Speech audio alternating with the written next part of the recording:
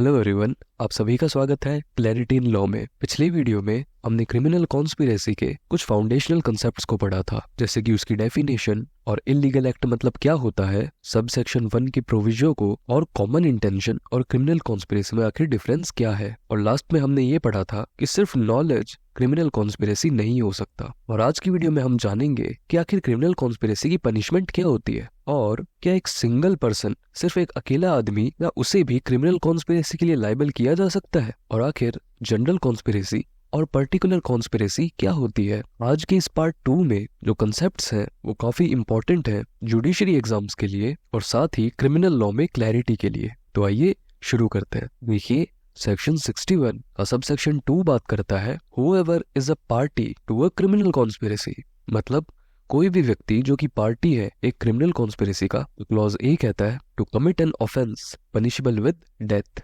Imprisonment for life और rigorous imprisonment for a term of 2 years और upwards shall where no express provision is made in the Sanhita for the punishment of such a conspiracy be punished in the same manner as if he had abetted such offense। इसका मतलब ये हुआ कि कोई भी व्यक्ति जो कि एक क्रिमिनल कॉन्स्पिरेसी में पार्टी है, और वो क्रिमिनल कॉन्स्पिरेसी कैसी है, जो कि एक ऐसा ऑफेंस कमिट करने के लिए बनाई गई है जो कि पनिशेबल विद डेथ है, मतलब उस ऑफेंस की पनिशमेंट डेथ होती है, या फिर इम्प्रिजनमेंट फॉर लाइफ होती है, मतलब आजीवन कारावास, या फिर rigorous imprisonment for a term of 2 years और अपवर्ड्स, मतलब या फिर कठोर कारावास जो कि 2 साल या 2 साल से ऊपर का है, 2 साल से ज्यादा का है। तो बेसिकली कोई व्यक्ति जो कि पार्टी है ऐसी क्रिमिनल कॉन्स्पिरेसी का जो कि एक ऐसे ऑफेंस को करने के लिए बनाई गई है जिसकी पनिशमेंट डेथ होती है, या फिर लाइफ इम्प्रिजनमेंट होती है, या फिर रिग्रेस इम्प्रिजनमेंट होती है 2 साल या 2 साल से ज्यादा के लिए। तो shall where no express provision is made in this Sanhita, मतलब ये जो हमारी संहिता है, हमारा जो बीएनएस है, उसमें अगर कोई अलग से पनिशमेंट नहीं बताई गई है उस कॉन्स्पिरेसी के लिए, तो उस व्यक्ति को पनिश किया जाएगा इस तरह से जैसे कि उसने उस ऑफेंस को अबेट किया हो। अब अबेटमेंट बेसिकली क्या होता है, हमारी जो नेक्स्ट वीडियो है वो उसी के ऊपर होने वाली है। सब सेक्शन 2 का क्लॉज बी कहता है other than a criminal conspiracy to commit a offense punishable as aforesaid shall be punished with imprisonment of either description for a term not exceeding 6 months or with fine or with both। मतलब जो ऊपर वाले clause में यानी clause A में जिस तरह की क्रिमिनल कॉन्स्पिरेसी के बारे में बताया गया है उससे अलग, मतलब उसको छोड़कर जितनी भी क्रिमिनल कॉन्स्पिरेसी होती है उसकी पनिशमेंट क्या होगी, उसकी पनिशमेंट होगी रिग्रेस भी हो सकता है, मतलब सादा या फिर कठोर, दोनों तरह का कारावास हो सकता है, क्योंकि यहाँ पे ईदर डिस्क्रिप्शन बता रखा है। तो ये जो जज है उनकी डिस्क्रिएशन पे डिपेंड करेगा कि वो कौन से तरह का इम्प्रिजनमेंट देना चाहते हैं। For a term not exceeding 6 months, मतलब कितनी भी इम्प्रिजनमेंट हो सकती है लेकिन 6 months से ज्यादा नहीं होगी, या फिर फाइन से पनिशमेंट दे सकते हैं, और या फिर इम्प्रिजनमेंट और फाइन दोनों। आइए हम इसी सब सेक्शन 2 को एक चार्ट के माध्यम से समझते हैं। देखिए, पिछली वीडियो में हमने ये जाना था कि क्योंकि इलीगल एक्ट भी 3 तरह का होता है तो क्रिमिनल कॉन्स्पिरेसी भी 3 तरीके की हो सकती है, ऑफेंस, एक प्रोहिबिटेड बाय लॉ, या फिर सिविल रॉन्ग। देखिए, सेक्शन 61 का सब सेक्शन 2 का क्लॉज ए कहता है कि ऐसे ऑफेंसेस की क्रिमिनल कॉन्स्पिरेसी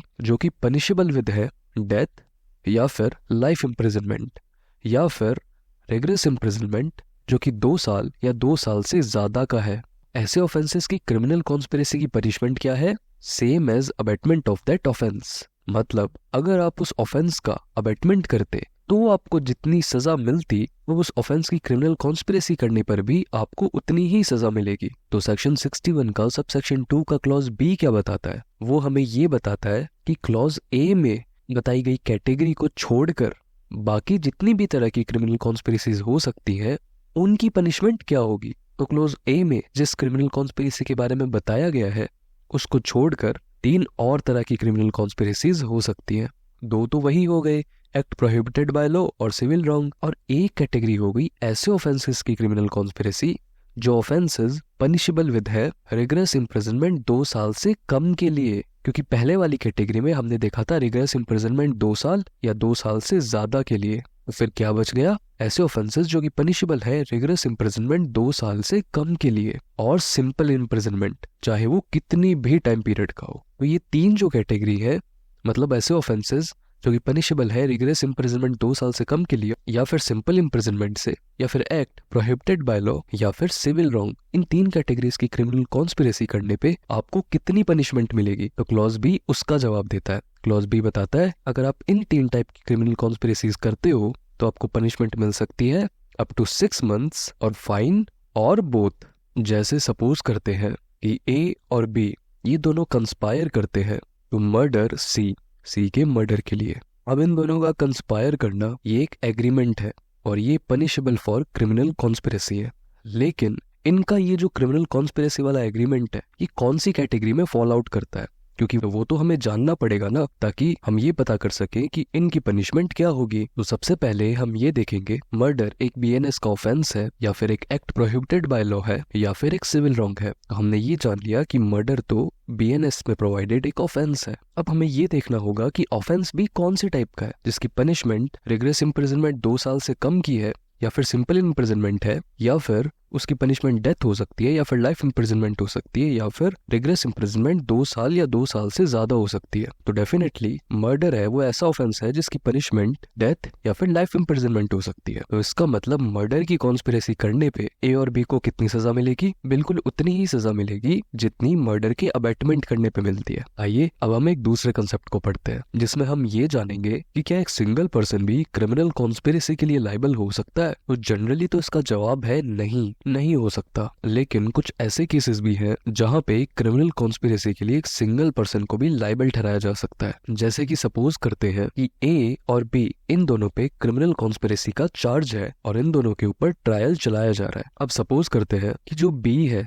वो एक गवर्नमेंट सर्वेंट है, और एक गवर्नमेंट सर्वेंट के ऊपर ट्रायल चलाने से पहले एक प्रीवियस सैंक्शन की जरूरत होगी गवर्नमेंट के द्वारा, और जब तक गवर्नमेंट के द्वारा सैंक्शन नहीं दिया जाता तब तक बी पे ट्रायल नहीं चलाया जा सकता। लेकिन ए के ऊपर जो ट्रायल है वो तो कंटिन्यूअसली चल ही रहा है। तो अगर उसी ट्रायल के दौरान ये प्रूव हो जाता है कि ए और बी क्रिमिनल कॉन्स्पिरेसी के अंदर थे, इवन इफ जो ट्रायल था वो सिर्फ ए के खिलाफ ही चल रहा था, स्टिल उसको क्रिमिनल कॉन्स्पिरेसी के लिए लायबल ठहराया जा सकता है। तो ऐसी कंडीशन में बिना बी के भी सिर्फ ए को ही क्रिमिनल कॉन्स्पिरेसी के लिए लायबल ठहराया जा सकता है। हाँ, ये हो सकता है कि जब गवर्नमेंट का सैंक्शन आ जाएगा तो उसके बाद में बी पे भी ट्रायल चला के उसे पनिशमेंट दे दी जाएगी। आइए अब हम एक दूसरी सिचुएशन को देखते हैं जो कि एक केस लॉ में बताई गई है, जिसका नाम है Topan Das versus state of Bombay 1955 supreme court. इस केस में 4 लोग थे। सपोज करते हैं उनका नाम है ए, बी और सी, जिनको चार्ज किया गया था क्रिमिनल कॉन्स्पिरेसी के लिए। लेकिन ट्रायल में जो बी, सी और डी है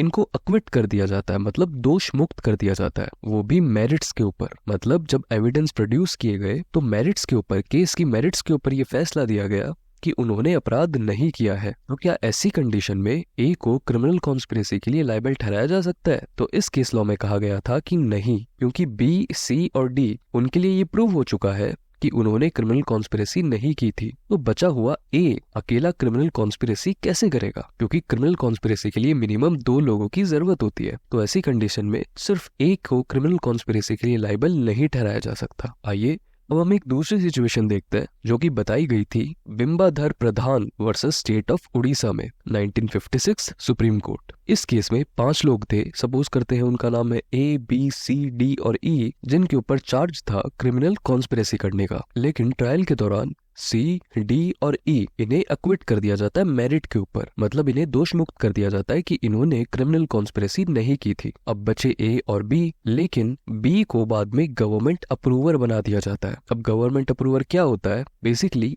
एक इंसान को ऐसा ऑफर दिया जाता है कि तुम गवाही दे दो, तुम्हें कम सजा हो जाएगी। तो जब बी गवर्नमेंट अप्रूवर बन जाता है तो अकेला बचा जो ए है, क्या उसे क्रिमिनल कॉन्स्पिरेसी के लिए लायबल ठहराया जा सकता है? तो बिल्कुल हाँ, ठहराया जा सकता है, क्योंकि सी, डी और ई इन तीनों के लिए तो ट्रायल में ये प्रूव ही हो गया था कि इन्होंने क्रिमिनल कॉन्स्पिरेसी नहीं की है। इनको मेरिट्स के ऊपर अक्विट कर दिया गया था। बचे ए और बी, जिन्होंने क्रिमिनल कॉन्स्पिरेसी की है। लेकिन जब कोई अच्छे एविडेंसेस नहीं मिल पाते तो बी को गवर्नमेंट अप्रूवर बना दिया जाता है। और एक गवर्नमेंट अप्रूवर क्या होता है? बेसिकली एक ऐसा पर्सन जो कि क्राइम में इन्वॉल्व था, लेकिन वो इस बात पे एग्री कर देता है कि वो प्रोसिक्यूशन के यानी गवर्नमेंट के फेवर में एविडेंस दे देगा और अपना जो साथी अभियुक्त है, अपना जो साथी अक्यूज्ड है, उसके खिलाफ एविडेंस दे देगा। मतलब जो अदर अक्यूज्ड है, इस केस में ए, उसके खिलाफ एविडेंस दे देगा। यूजुअली इसके एक्सचेंज में गवर्नमेंट अप्रूवर को पार्डन दे दिया जाता है या फिर उसकी पनिशमेंट कम कर दी जाती है। तो इस केस में बी को गवर्नमेंट अप्रूवर बना दिया गया था, जिसने ए के खिलाफ गवाही दे दी थी, यानी गवर्नमेंट के पक्ष में गवाही दे दी थी। और ये प्रूव हो गया था कि ए और बी इन दोनों ने क्रिमिनल कॉन्स्पिरेसी की थी।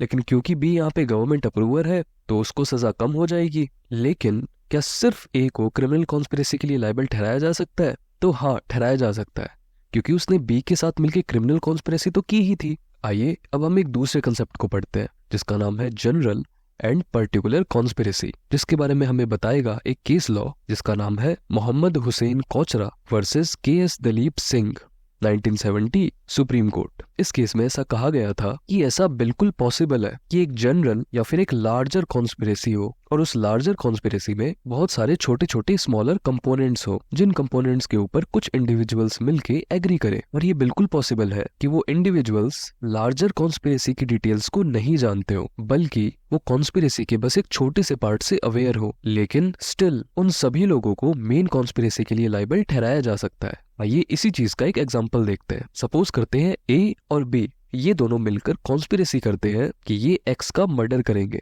अब जो बी है वो सी से हथियार लाने को कहता है, और जो सी है वो डी से हथियार लाने को कहता है, और जो डी है वो ई से हथियार लाने को कहता है। अब ये जो बी और सी के बीच है, या सी और डी के बीच है, या डी और ई के जो बीच में है, ये है स्मॉलर कंपोनेंट्स, मतलब पर्टिकुलर कॉन्स्पिरेसीज। और ये सारी पर्टिकुलर कॉन्स्पिरेसीज पार्ट है एक बड़ी जनरल कॉन्स्पिरेसी का, जो कि है ए और बी के बीच में। अब बिल्कुल हो सकता है कि सी ए को ना जानता हो और उसे ये भी नहीं पता हो कि बी उससे वेपन क्यों मांग रहा है। बस उसे इतना पता हो सकता है कि उसे बी को कुछ वेपन सप्लाई करने हैं, जिनका आगे जाके बी को यूज करेगा किसी साजिश के चलते। तो इस केस में इन सभी को, यानी A B C D E, इन सभी लोगों को मेन कॉन्स्पिरेसी के लिए लायबल ठहराया जा सकता है। और ऐसे कंसेप्ट को इसलिए इंट्रोड्यूस किया गया ताकि जो लार्जर क्राइम्स होते हैं जिन्हें एक आदमी मिलके नहीं अंजाम दे पाता है, उन्हें रोका जा सके और उन्हें अंजाम देने वाले लोगों को स्ट्रिक्ट से स्ट्रिक्ट पनिशमेंट दी जा सके। और कहीं ना कहीं यही क्रिमिनल कॉन्स्पिरेसी के पीछे की पॉलिसी भी है। और इसी के साथ आज का कंसेप्ट कंप्लीट होता है। आज हमने पढ़ा